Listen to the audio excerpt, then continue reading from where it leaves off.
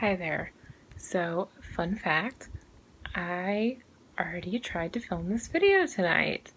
I tried to film it like an hour ago, and it was more vlog style. I was on my couch. I had just gotten home because I meant to film it earlier, but then it's just been a very off day. The only day that I can do this because it's a time when I know that my roommates won't be home for a while. So if I needed to like film downstairs or upstairs, I know that I wouldn't be interrupted and that you wouldn't hear people talking in the background, which I like. But that it just didn't go well for me when I tried to film earlier. So now here we are filming again. Yeah, so this is just an update about my Hispanic Heritage Month TBR. I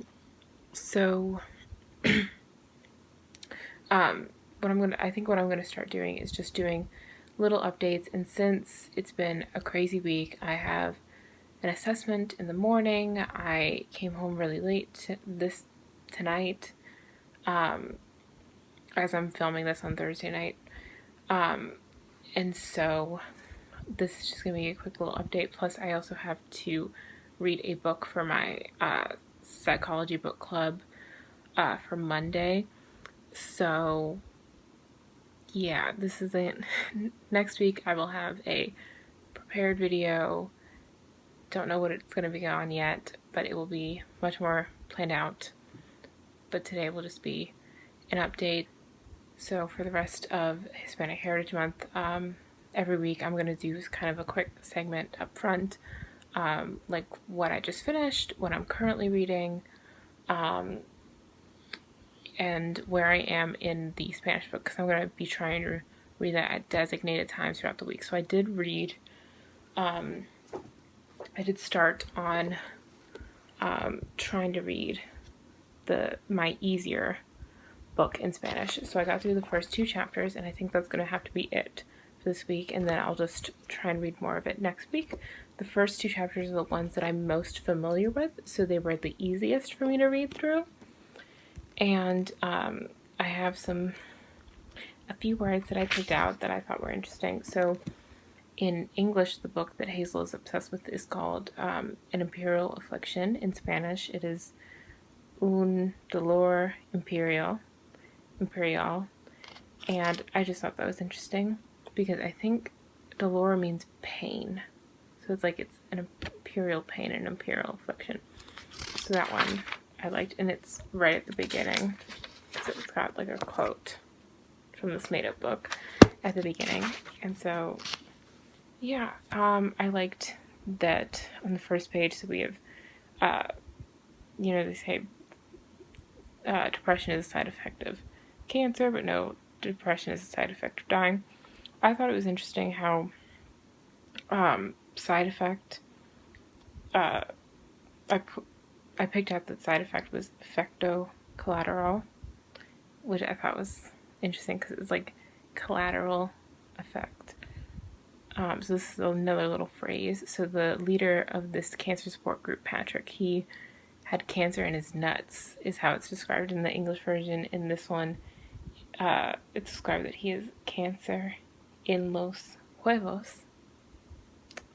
Huevo, it's egg. So I thought that was also worth sharing with the class. And I also thought it was interesting how it doesn't seem like the spelling of hamartia changed, except instead of a regular I, there's a accented I. So, which leads me to think that maybe it's hamartia, I think.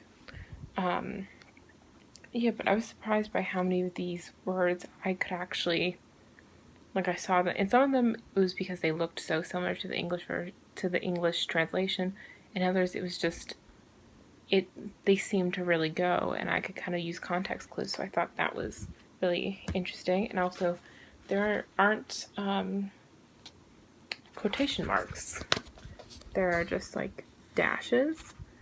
So I don't know if that's maybe indicative of Spanish translations, but I just thought it was really interesting because there are quotes at the beginning, like from reviewers. So maybe, I don't know, I thought that was something worth sharing. The book that I finished this week was Broken Beautiful Hearts by Cami Garcia, and I gave this one 5 stars.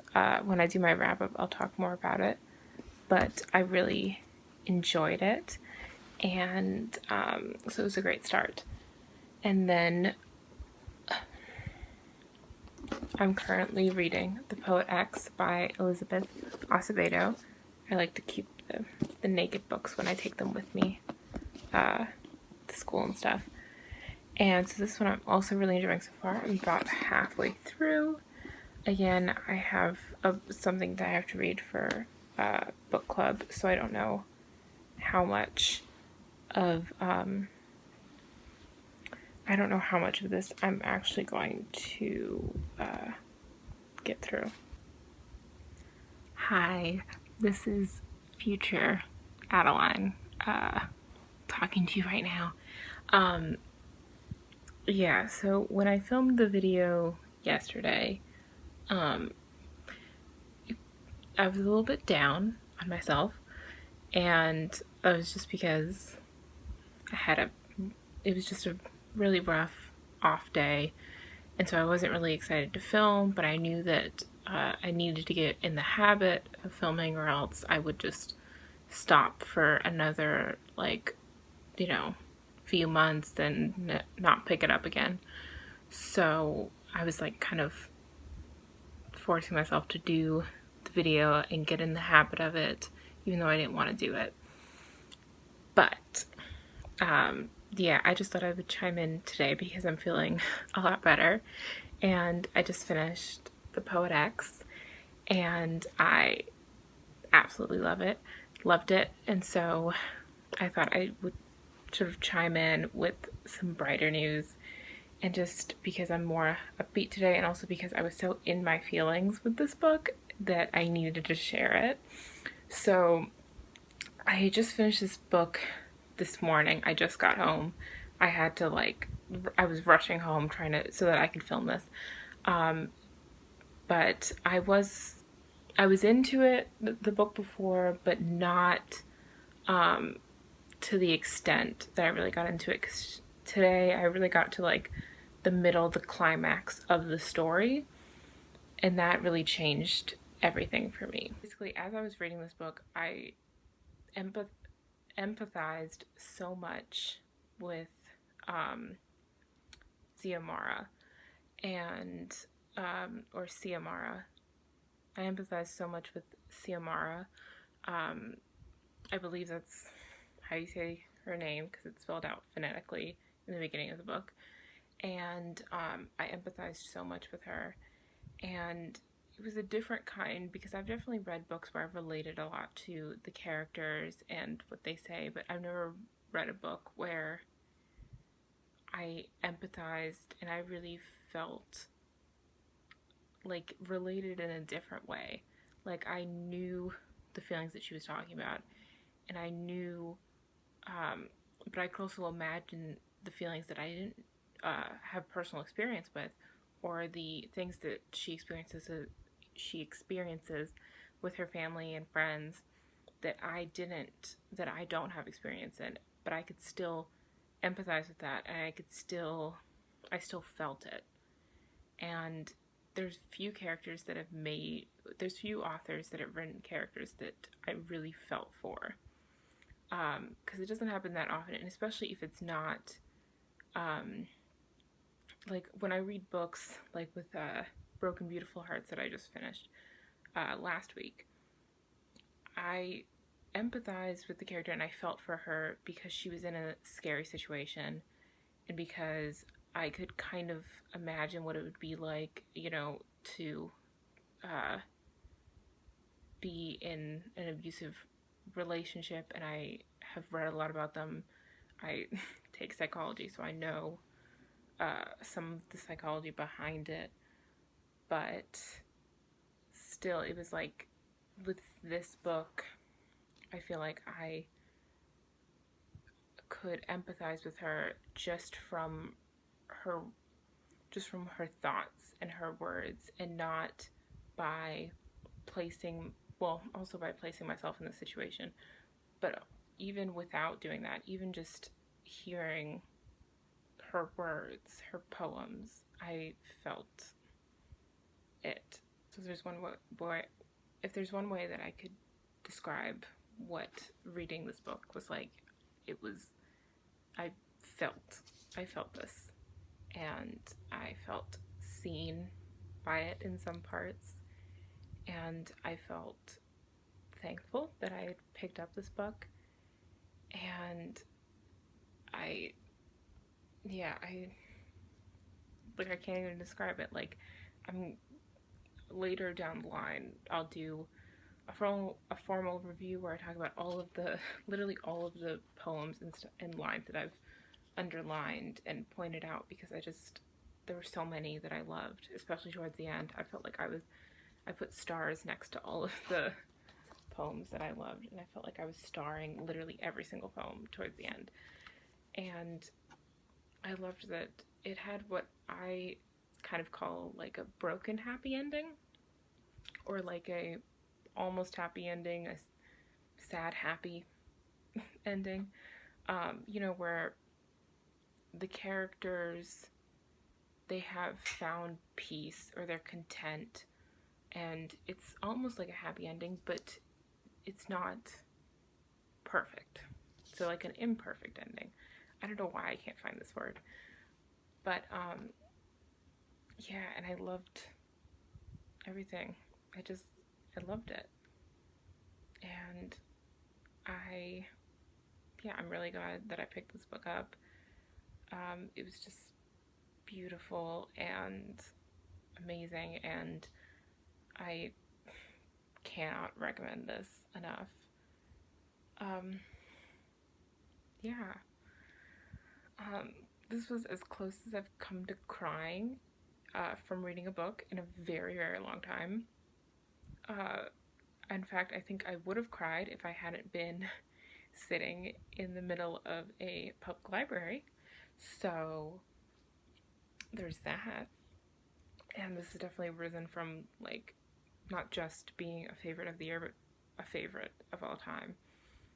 This totally exceeded my expectations. So, yeah, now that I've gushed about this book enough, when I'm more calm and collected, when I can find actual words to speak, and I'm not just talking about how my feelings and the chills that it gave me, I will do that. I'm so happy. I'm so happy that I read this. I'm so overwhelmed by the story, and it was also such a unique story as well, and it incorporated some of my favorite things in books, like sibling love, people contemplating their faith in the church, complicated mother-daughter, father-daughter relationships, social commentary. It just, first love, it had like everything that I love reading in books, and I honestly don't think, even like reading the summary, I don't think it does it justice. Like, I really don't, because it's about so much more than just a girl who writes poetry so that she can be heard. It's about a girl who's trying to figure out, who's always been loud, but now she's trying to she's trying to actually be heard, because it's not enough to be the loudest, or be the strongest, or the fastest, or the most up for a fight. None of that matters if people aren't listening to you, and if people can't understand you. Yeah. So back to the video that I filmed yesterday. So this was just a little interlude just because I felt like we need to spice some things up today. So yeah, I'm so happy. So yeah, that's all that I have, and like I said, it's a pretty short update because I'm just really tired. So, like, if you liked it, comment, subscribe, do what you want. I'll try to have more next week, and I will try to get through these. Bye.